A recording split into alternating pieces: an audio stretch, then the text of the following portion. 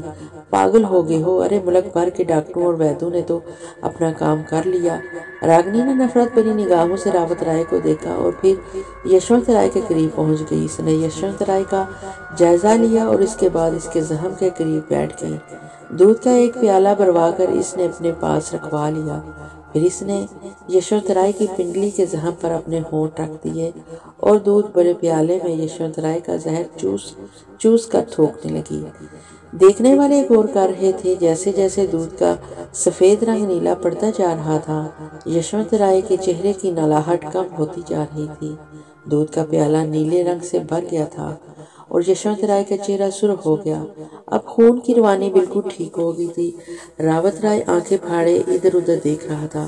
سارا زہر چوسنے کے بعد راگنی اپنی جگہ سے اٹھ کھڑی ہوئی۔ ادھر یشونت رائے نے آنکھیں کھول دی۔ اس کی کراہتی ہوئی آواز ابھری، میں کہاں ہوں؟ اور راوت رائے نے آگے بڑھ کر راگنی کے پاؤں پکڑ لیے۔ راگنی نے نفرت سے ٹھوکر ماری اور کہا، تھوڑی دیر پہلے تم کیا کہہ رہے تھے میرے بارے میں؟ دیوی جی آپ مہان ہیں، مجھے معاف کر دیجئے، جو ہوا میری بیوقوفی کی وجہ سے ہوا۔ ٹھیک ہے میں چلتی ہوں۔ نہیں آپ نہیں جائیں گی دیوی جی، آپ یہیں رکیے۔ تو پھر تم لوگ ایک نعرہ لگاؤ، میں رک جاؤں گی یہاں۔ حکم کریں دیوی جی، کہو جے آشیش بھگونت۔ وہ لوگ سمجھ تو کچھ بھی نہیں پائے تھے کہ آشیش بھگونت کون ہے۔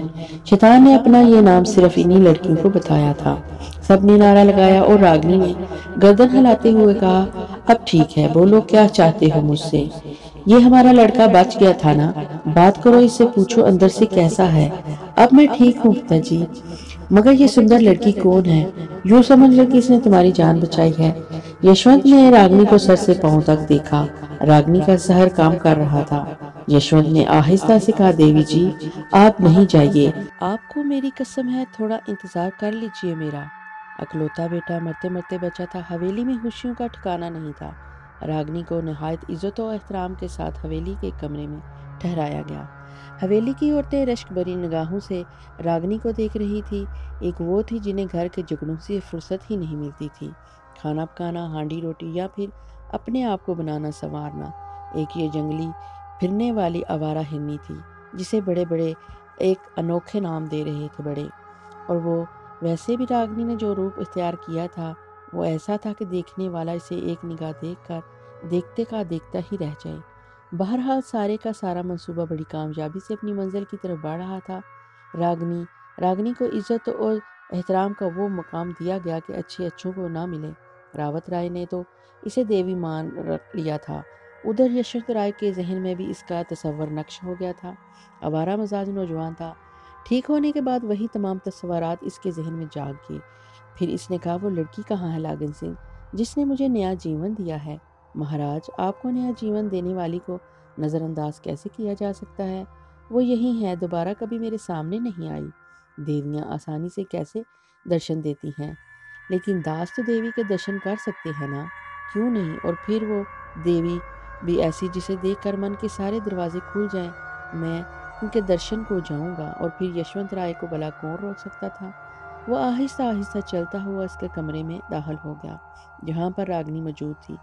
ہوش و حواس کے عالم میں یشونت رائے نے ایک بار پھر اسے دیکھا اور اس کی عجیب سی حالت ہو گئی۔ اس نے دونوں ہاتھ جوڑ کر جھکتے ہوئے کہا، جے دیوی جی کی، تم لوگ مجھے کیوں گناہ گار کر رہے ہو؟ میں کوئی دیوی نہیں ہوں، میں تو ایک غریب سپیرن ہوں جس کا اس سنسار میں کوئی بھی نہیں ہے۔ در بدر بھٹک رہی ہوں، یہاں آئی ہوں، یہاں سے کہیں آگے نکل جاؤں گی۔ میں تو کہتی ہوں کہ بس اب مجھے جانے دو۔ میری وجہ سے تم لوگوں کو کوئی فائدہ ہو گیا، میرے لیے اس سے زیادہ خوشی کی اور کوئی بات نہیں ہے۔ جو کسی کو نیا جیون دیتے ہیں دیوی جی، انہیں اس طرح تو نہیں جانے دیا جاتا۔ دیکھو میں نحوست کا نشان ہوں، جتنی جلدی ہو سکے مجھے اپنے گھر سے نکال دو۔